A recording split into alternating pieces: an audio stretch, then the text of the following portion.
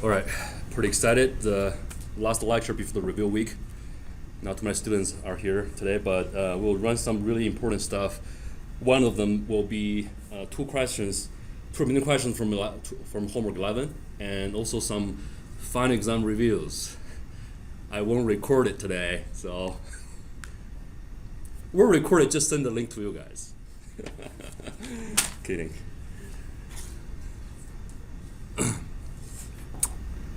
Let's see.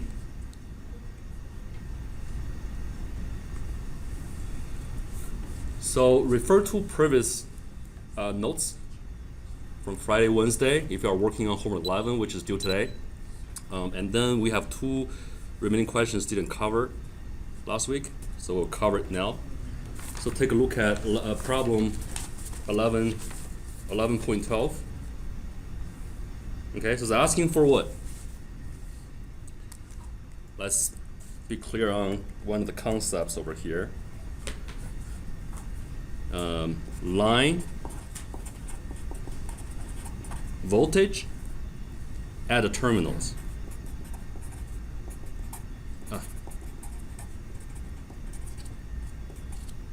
At the terminals. What are terminals? So whenever you see terminals, it means the terminals that connects to the load. So right before the load. In that case, if I draw this three-phase circuit for you guys,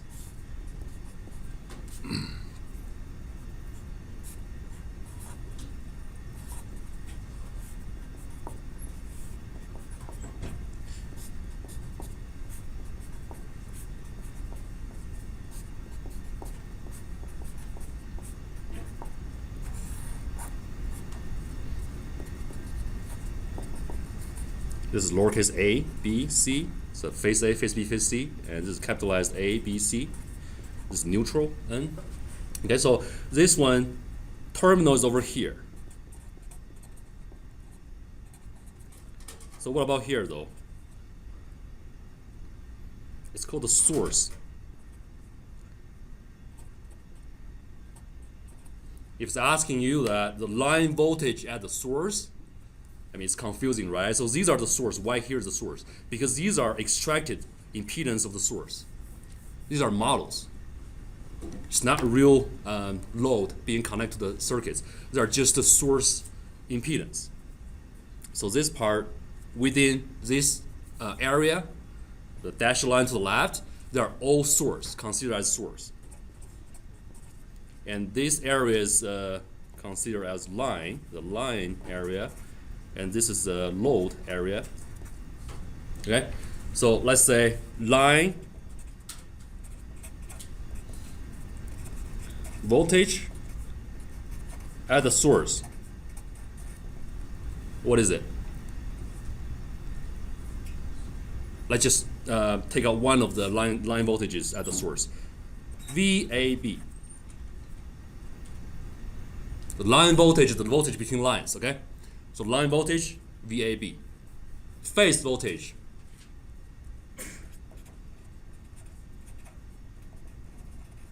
It could be VA, VB, but they are just a node voltage, VA or VA, things like this. Okay? So these are phase voltages. VAB is the line voltage, or you can have VBC, VAC, doesn't matter. These are just the line voltages. What about line voltage at the terminal? So we have limited amount of time left, so I'm not wasting your time, okay? So everything covered since now will be something likely beyond the final exam. Just pay attention to this, okay? So line voltage at the terminal, what are they? Capitalized AB, right? VAC. VBC. And the final exam is a little bit more difficult than exam 1 and 2, but still easier than homework assignments. Just more calculations. Okay. I will cover all the possible problem types for you guys on Monday and Wednesday next week, and also today a little bit as well. So line voltage at the terminal are VAB, VAC, VBCs. Okay. So knowing this is very important. Another thing are still making notes? What about another thing you need to know? What is VA minus VB? For example, this is a positive phase sequence.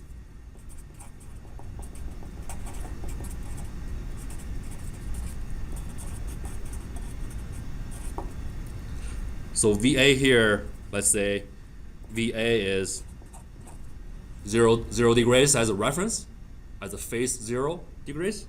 So VB becomes what? For positive phase sequence. If you have an A here, which is B, which is C? There are two ways to look into this. You may see two different ways in your homework assignments, and I think I cover both in my lectures. So if you always, let me start with a new paper. Just be clear on that, okay? Two different methods, but getting the same results, same conclusion, okay? The first one is probably the most popular one you see in the homework assignments. Always look clockwise. Always look clockwise. If it's ABC, then what? It's positive phase sequence. If it's ACB, always clockwise, okay? Look clockwise and look at the different phases. If it's ABC, then it's a positive phase sequence. If it's ACB, then this is a negative phase sequence. So know this is critical. You just have to know this for the final. Okay. What's the other way?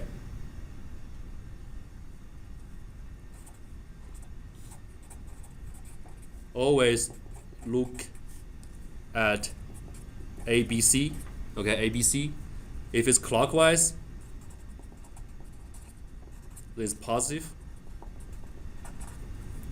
phase sequence. If it's counterclockwise, there's negative phase sequence. Okay? So look at this one.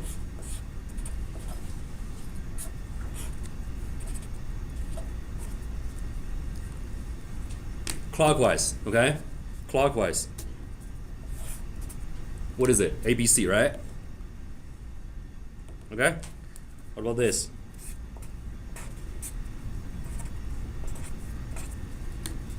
Clockwise. Look clockwise. What is it?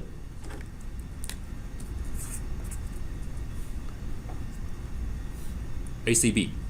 So it's a negative phase sequence. So about this guy, always look at ABC.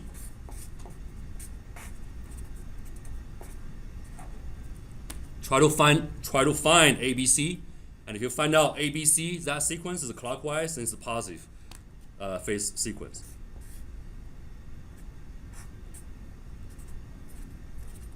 Always find ABC. So now you are looking at ABC. Now it's counterclockwise, it's a negative phase sequence. Is that clear? Okay, very simple, right? Okay, cool. So now let's look at there's a conclusion here which is really important, Okay, if for example this one, if I tell you A and here VB is basically VA minus 120 degrees, and this is VA 120 degrees, positive or negative phase sequence. First question, 20 points.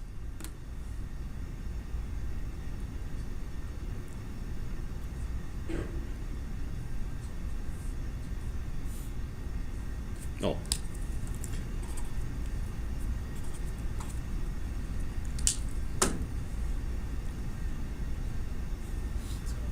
It's positive. Why? It's clockwise. Why is going clockwise? See A phase? A phase is 0 degrees, right? Okay? What about B phase? B phase, this guy, right? This guy. This guy. What's the degree? Negative 120. So it's over here. And then C is here, so it's clockwise. So it's a positive phase sequence, okay? So for this one, there's a what's that?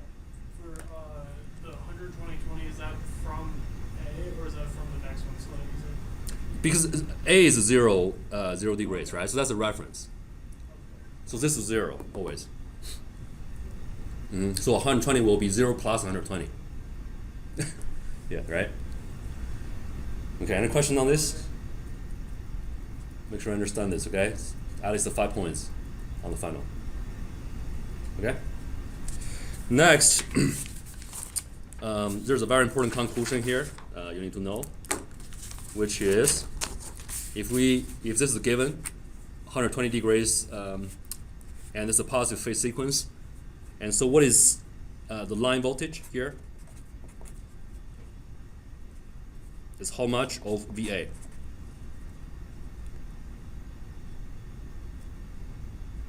Can we calculate it? Can we calculate this? Before we moving forward, let's go through the fundamentals first really quick, just in case you forgot it. So we don't have quizzes, so probably your foundation is not really solid. But let's go through this really quick, guys. So I just have to repeat this, okay? Euler's equation, we know that A EJ theta equals what? A cosine theta plus J sine theta, right?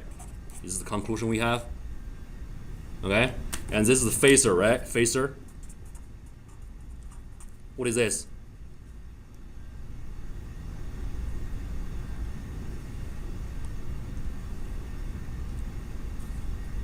Rectangular, yes.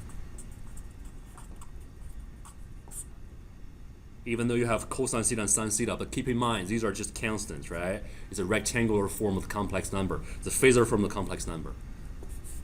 Could you do this back and forth? Important, all right? Very important. Okay. Coming back to this point, VAB, okay? So VAB over here is basically VA 0 degrees minus VA minus 20 degrees, right? Okay, so VAB equals what? VA 0 degrees minus VA minus 120 degrees. And phasor form equals what? They are all equal. They are just different formats. They are all the same thing. Okay? Here to here, here to here, back and forth, you should be able to do that. Okay? Here to here, directly copy A and copy theta. Here to here, I mean, use the calculator to calculate cosine theta and sine theta. Here to here, how to do it? Same thing, right? Copy the magnitude and directly write down cosine theta and sine theta, put a J in front of it. And eventually you can calculate it using calculators, right? Okay, now let's look at these ones. What are they? Let's extract, factor out VA first. It's going to be VA. And we're getting this minus angle minus the angle. Are these still phasors? Are these still phasors? You factor out the constant. Are these still phasors? Yes, just the constant 1 here, like for A here, right? They are still phasors, but just with a constant of 1. So what's next?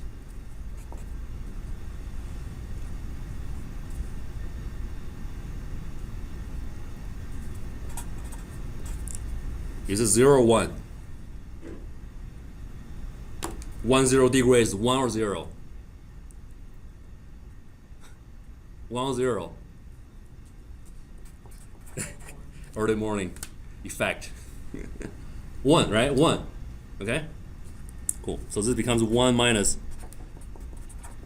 this, right? What's next?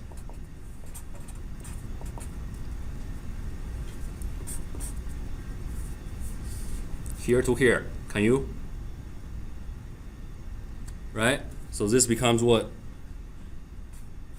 Cosine. Okay? Plus J sine.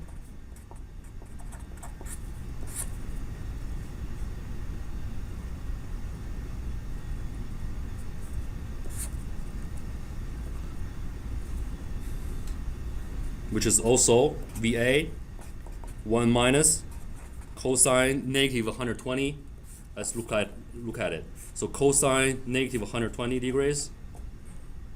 So cosine will be this bar, right? It's a negative value divided by this magnitude. Is it same as cosine 120 degrees? Yes, right? So this is basically 120 degrees. Minus what? This is the minus sign and extracted in front of it. So you eventually are getting minus is going to be plus j sine 120 degrees, okay?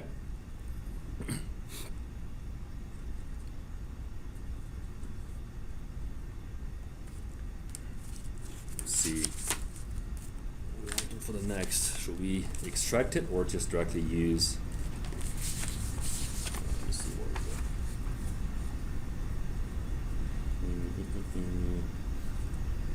Okay, it's over here. This equals VA times 1 minus 0.5, which is this guy, okay? Plus J, this guy, is 0.866. And this becomes VA 1 plus 0.5 plus J 0.866. And this becomes VA times 1.5 plus J 0.866. And this is also VA times square root of 3 times the angle, which is 30 degrees. I just want to save our time so we don't have to run through the calculation, but it's easy to do, okay? After you do the calculation, you'll find out the amplitude here is basically 1.732, which is exactly square root of 3, okay? Never mind. So we didn't plug in any numbers here. We didn't even do a schematic of the circuit. We just directly analyze. It's given that it's a balanced three-phase voltage system with a positive phase sequence. That's all we know, okay? So that's how we can write down these two voltages, VA minus VA, negative 120 degrees, because the B voltage is VA times negative 120 degrees. And then we did this, trying to find out VAB, which is the line voltage at the source. Eventually we got here, okay? So which means your line voltage is square root of 3 times, I mean the magnitude wise, is square root of 3 times the node voltage or the phase voltage. That's the conclusion. Which means so the line voltage, the voltage between these two nodes, is this voltage times square root of 3. If you don't worry about the phase, just amplitude wise. Same for these other voltages because they have the same magnitude but different phases, right? The same thing. So the line voltages will be this times the phase voltage. Okay, know this is very important because we are going to use it directly for one of the problems. I think that's problem 11.12. We'll make it 100 times easier. Now let's see what is this asking. First, I think it's over here. Let's look at it.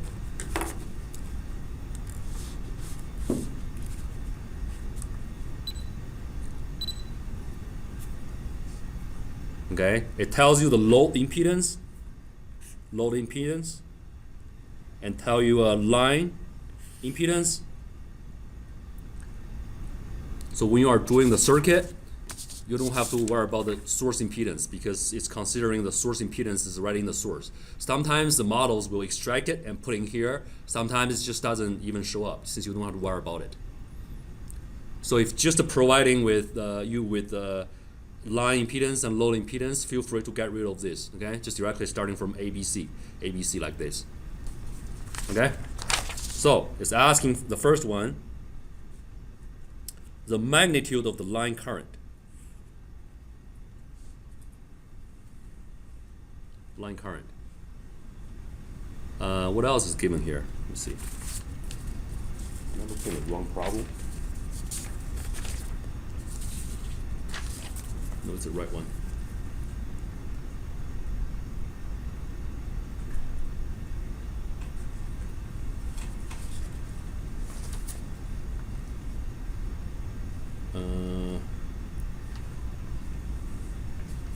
I think I should start with the previous problem first.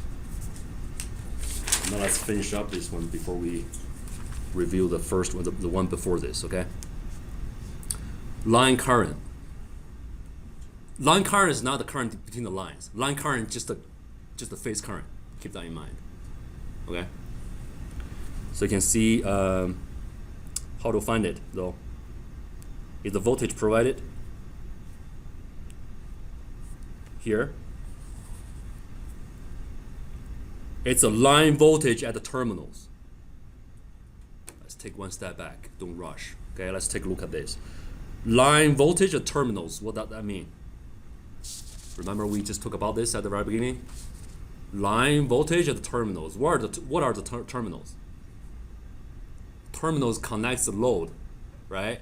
So these are the terminals. So terminals are these guys. So line voltage at terminals means V what? VAB or VAB? The second one, right? Okay.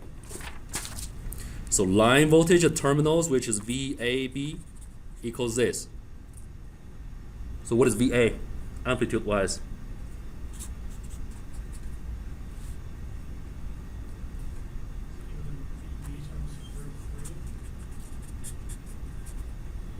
So we can directly use this conclusion here, okay? VAB divided by square root of 3 over here. So this is VA. VA is also what? The neutral is ground, right? So VA is basically VAN, right?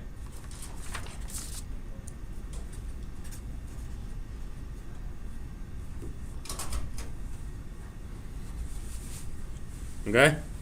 So line current will be VAN divided by what? It's asking for magnitude, right? So it's not considering the phase. So now what you know is the voltage here. It's already calculated. Here is VAB divided by square root of 3. And this is given, right? So what is this? Given value here. Could you find it for me? What's this impedance? Which one? The impedance one, right? The impedance. No, the load. The load impedance. Because this voltage is right before the load, and this is neutral. So this is actually this voltage at this node is the voltage across this impedance.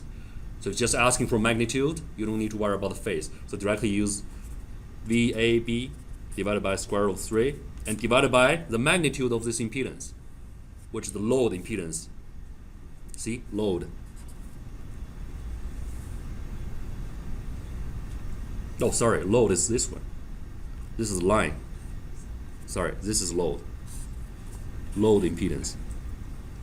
Okay, divided by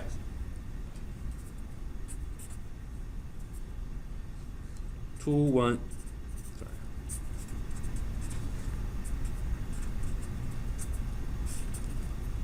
Okay. Take a quick look, see if you can manage this yourself when you are working on it. Any question on this? Okay, so that's the line current, which is the current here. Is the current here the same as the current here? It's the same current, it's the same line. The same current. Okay. This is actually 1, 2, this is number 3 actually. Okay, move to the next. It's asking you what is VAB? VAB.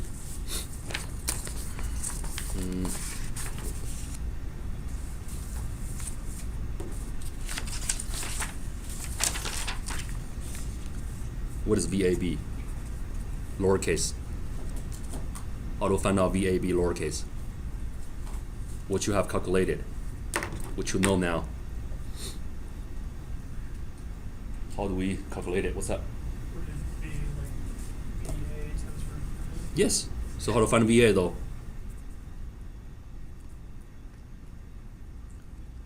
You know the Current. the Yes. Make sense? You know the current. Let's write it down. So current times impedance. So we're getting VA, right? So VAB equals the line current, we calculate it, times the impedance, which is these two added together. It's going to be 216. Let me see if it's asking for phase or just amplitude. So it's just amplitude. Okay, so it's just amplitude. All right. So now let's just look at the amplitude. So this becomes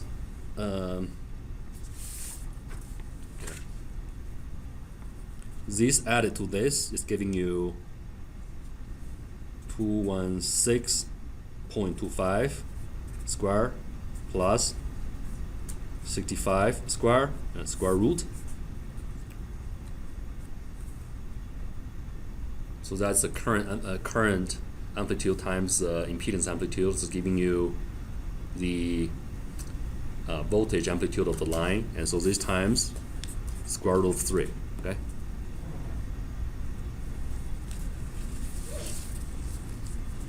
This is the VA.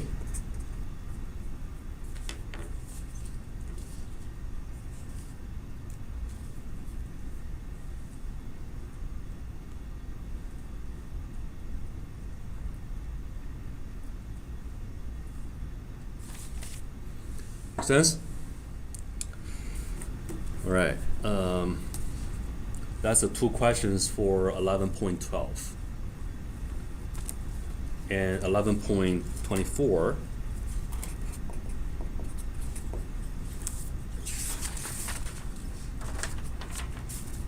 It's page 4 here. 11.24 asks for complex power. It's a really interesting question. If you have a copy of it, maybe read through this problem really quick.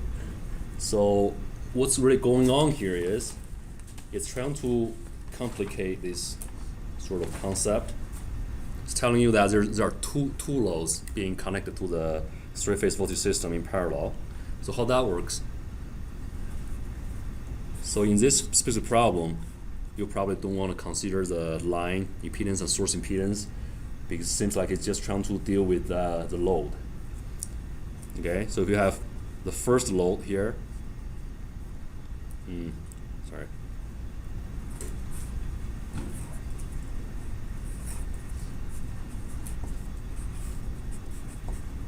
First load, and the second load is in parallel. So don't worry about this too much. It's just in parallel.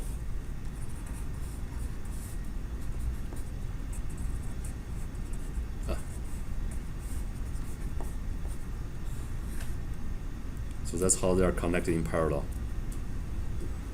Okay, assuming there's a neutral line shorting these two together, but don't worry about this too much for now.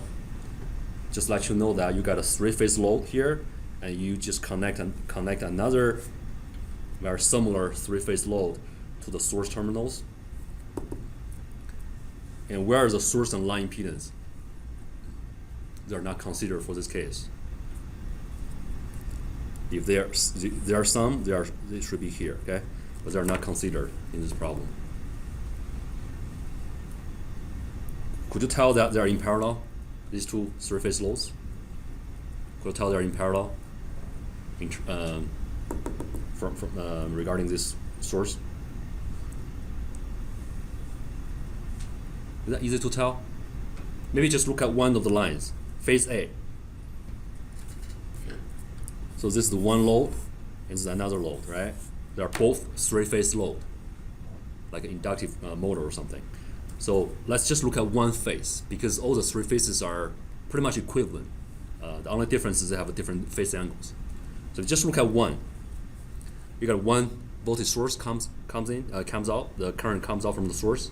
It's getting split into two loads, and then merge here at the neutral line or ground line. So these two loads are in parallel. If you're looking from the source over here for phase A phase, does that make sense? Okay. So now let's just extract the phase A circuit because it's just too much. It's all tangled. So if we just look at phase A, you're getting two impedance. This is the neutral line, and the source voltage is 210 with negative 30 degrees. And it's telling you that the load,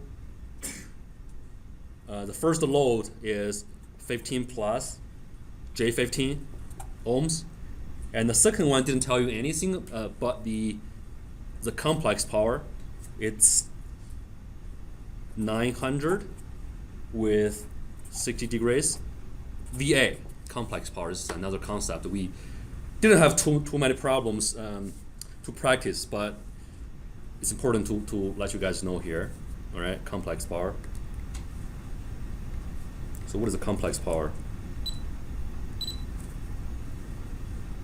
It could be confusing because apparent power. So what is apparent power?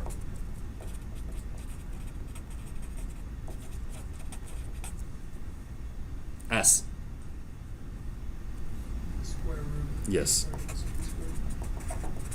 Okay. What is complex power?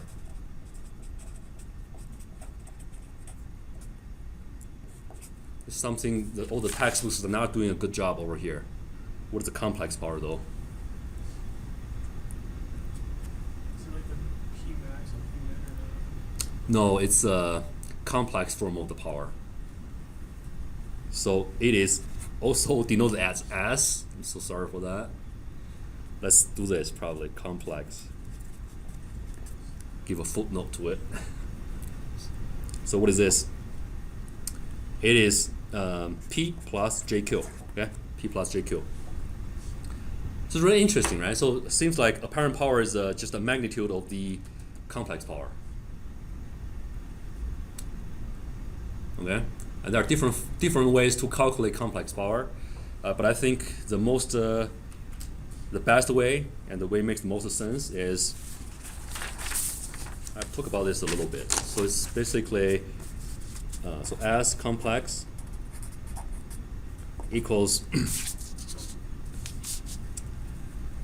VRMS times IRMS conjugate. So sometimes they just directly write VRMS times IRMS conjugate. You can see this a lot as well. But the thing is, if you are directly just writing VRMS and IRMS, they are assuming these two parameters are carrying an angle in it. But now we just don't want to get people confused. So we extract that magnitude, the RMS value, without any phase with it, just a number. We extract it and put it here. So this RMS value has a phase with it. Okay, same thing for this one. So the conjugate is actually directly working with the phase. So the conjugate of this guy is what? A minus BJ, right? Okay, so they have the same magnitude. So for complex numbers conjugate, they have the same magnitude, okay, but the opposite sign for their phase. It's just a concept. And we'll look into that, why it's trying to define the complex power this way. So it just makes perfect sense. This is what? V RMS, just directly from here, times what? I RMS conjugate means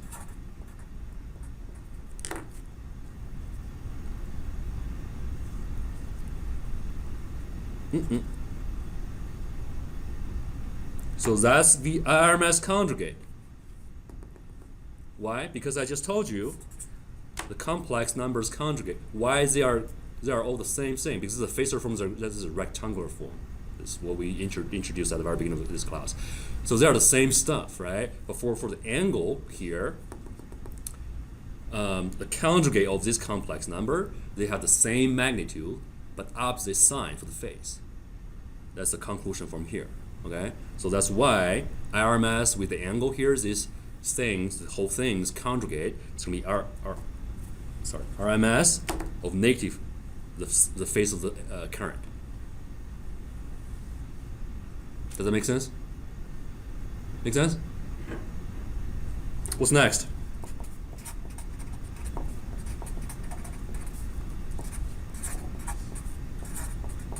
That's the whole point.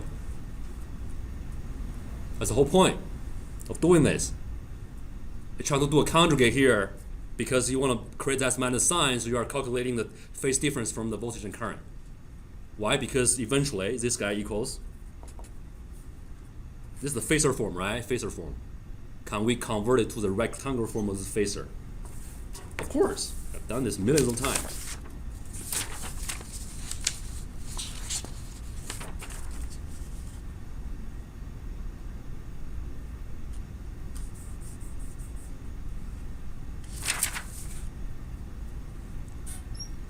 This equals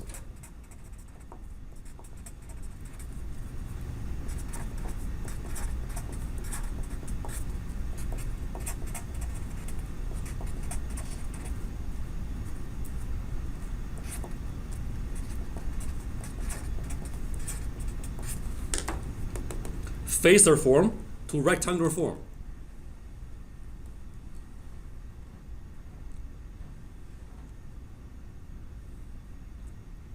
Okay?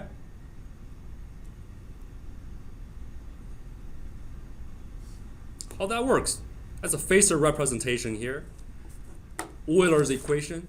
These are e to the j theta, which is the theta v minus theta I over here. And then we can expand it to the rectangular form. So it's going to be cosine theta plus j sine theta, right? What could you tell here? This is basically the definition of the average power. Extract j, put it in the front. What is this? That's a reactive power by definition. That's it. So eventually, what is this?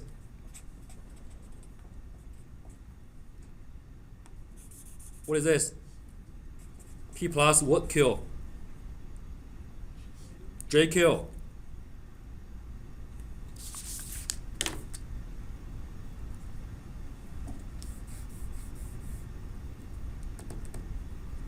Okay?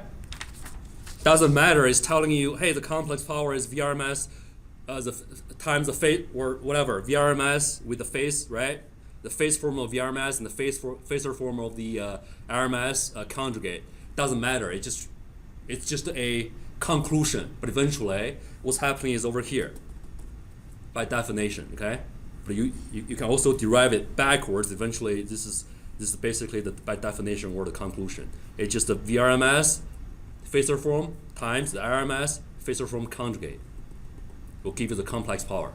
That's the definition. Definition of the complex power. And eventually this is basically this guy. Okay?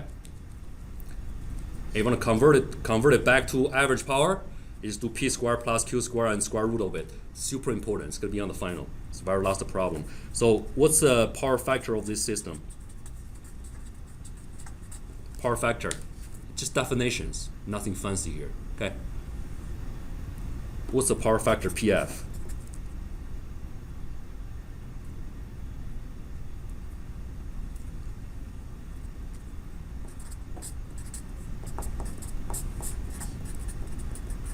Just definition, okay? Definition.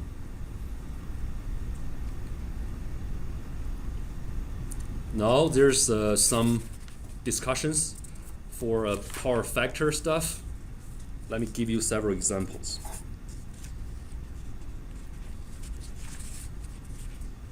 Let's finish homework 11 first before we expand it. We still have time after the break.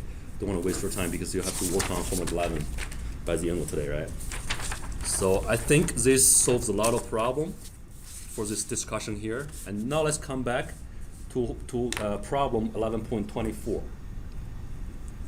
What is this asking? Just one question, right? It's asking, find the total complex power supplied by the source. Total complex power supplied by the source. Just this circuit, right?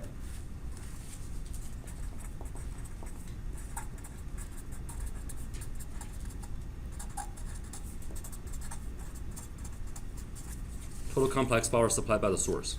So what we know here, we know the impedance. We know the complex power of this guy. Remember how complex power is getting calculated? If you know the voltage here, you have to times the current conjugate. Okay? So let's assume this is I1, this is I2. What is I1? The complex form.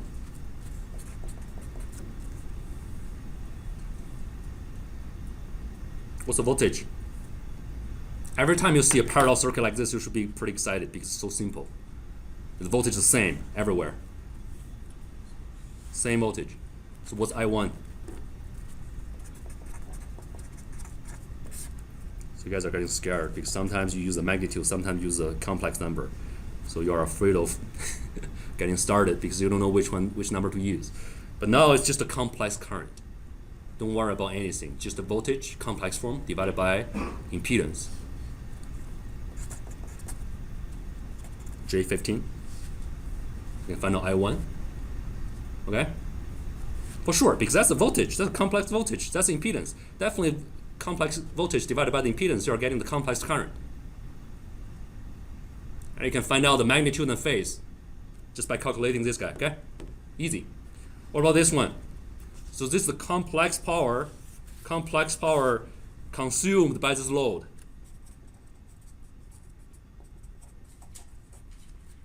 Complex power consumed by this load.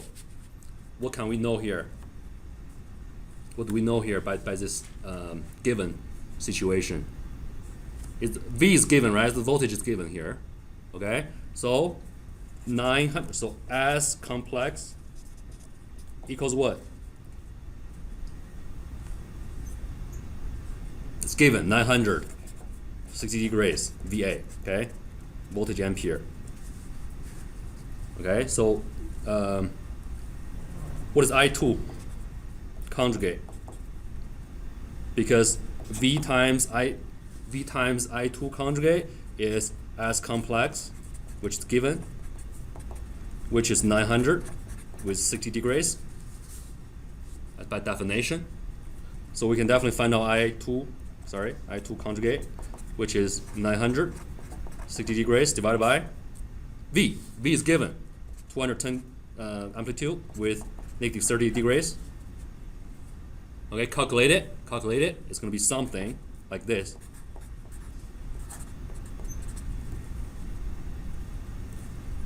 Some magnitude, which is this divided by this. What's the angle here, though? It's just 90 degrees, right? Anyway, I'll let you do it. So what is I2?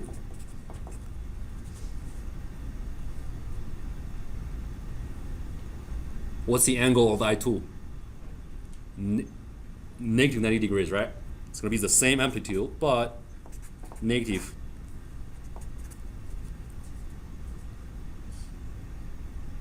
It's confusing. Let's just use 90 degrees.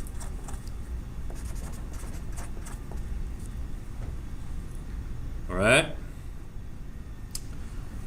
So, total complex power delivered by the circuit. So what you need to know by definition, you know the voltage already.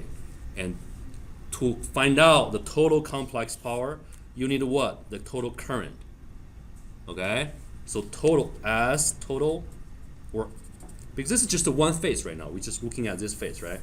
So it's going to be SA complex equals V times I total for this phase, which is a combination of these two currents, KCL, conjugate.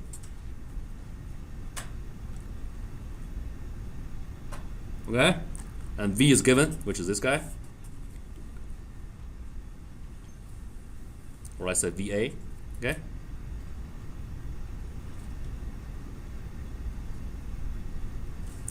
we know I1. We calculated I1. And we can calculate I2 here. We know I1 and I2. So I is what? Just use the complex form. Don't change it to anything else. I is I1 plus I2. Okay? So if you know I, you will be able to know I conjugate. Just the minus sign, adding a minus sign to the face. Okay? So as A complex is VA times I conjugate, calculate it. VA is given, I conjugate can be calculated from here. So total complex power delivered by the source. The source is a three-phase voltage source. So you have three different phases. So total complex power just directly simply use 3 times VA times I conjugate. You'll be able to find out the total complex power delivered by the source. That's everything about the singular problem for the last problem. And when we're finding I conjugate, should we be doing the addition first and then find the conjugate of the result, or should we do the conjugate first? Yes, do addition first and then find out the conjugate. Good question. Any question on this? I think it relies on understanding this, relies on a lot of given knowledge we have learned. That's why I spend the time to cover all these kind of basics. It's been a while. But I think eventually it works out fine. It also, it just meets all these conclusions and requirements. Any question on homework 11? It's due today, right?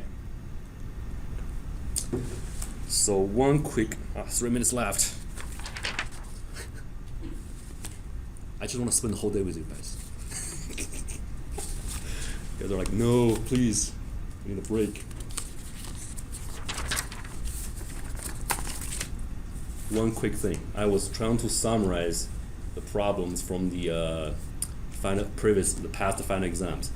I have these right now, but I don't think we have time to cover it or rush it. So we have 2 days for final reviews, but I think that should be adequate. Any question on anything? All right, just have a nice break.